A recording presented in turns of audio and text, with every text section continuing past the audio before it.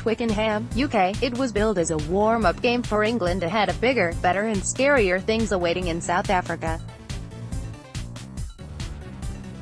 But the Barbarians had other ideas. England have now lost 4 on the bounce. The Barbarians leave Twickenham having put on a remarkable show of genius, inventiveness and thrilling rugby to win 63-45. Chris Ashton, on his return to Twickenham having grown disenchanted with life in England, scored a hat-trick. "I just wanted to say hello, to make sure Eddie hasn't forgotten me," Ashton said at full-time. The rest of his Toulon teammates in the backline caused havoc in the England defence, with both Joshua Tuisova and Semi Radradra outstanding. Then Russell pulled the strings at fly half. Victor Vito and Justin Tipuric did their best to muster some breakdown sorcery. Then there was the ageless Juan Martin Fernandez Lob, who has finally succumbed to old father time with this his last rugby game.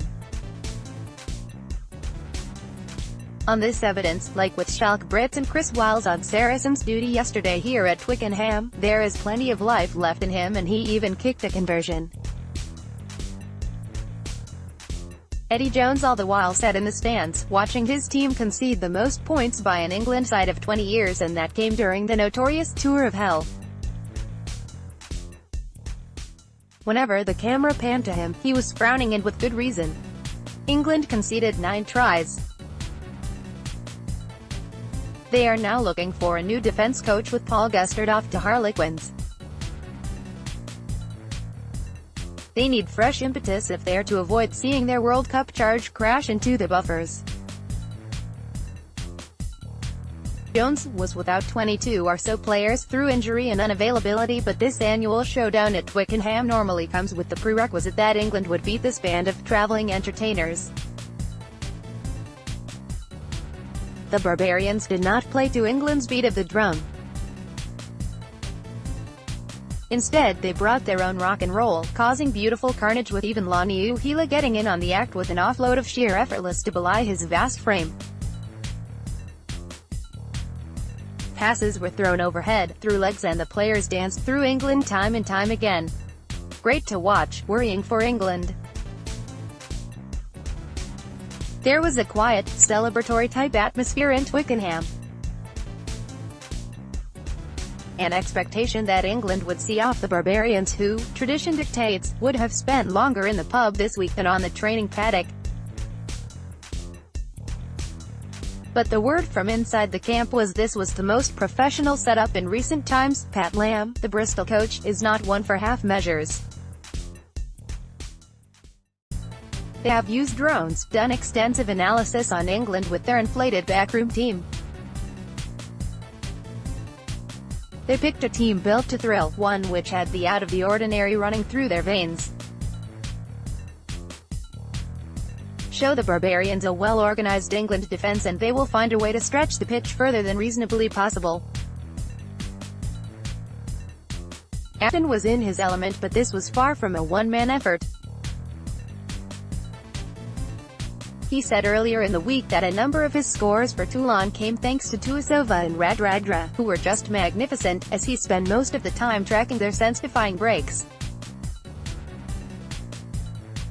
But the sight of Ashton scoring with one of his ash splashes would have no doubt caused Jones to raise an eyebrow. Jones will do his best to play down the impact of this defeat. But the 63 points will make grim reading.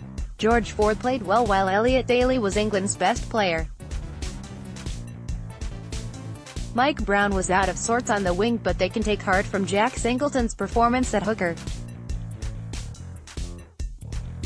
But even though they scored 6, there were a few positives to take from this. Even Danny Cipriani's return to the field was largely under a veil of anonymity until he helped tee up Johnny May's 76th minute score, by which time the game was long gone. The genius of the Barbarians was such that moments of brilliance are too numerous to remember, analyze or recount.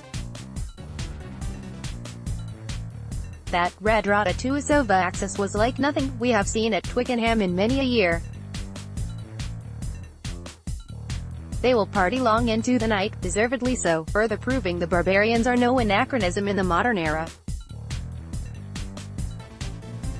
England, they will regroup and head to face the Springboks. Before the game, a lone bell rang out. It has not yet told on England's World Cup charge. They have so much talent waiting in the wings, but they need to get this team back on track. It was the first time in 20 years they have conceded this many points, while the Barbarians last won here in 2011. It was far from ideal preparation for South Africa, and England urgently need to arrest this losing run, but for the rugby aficionado, watching the Barbarians was as close as you could get to rugby heaven.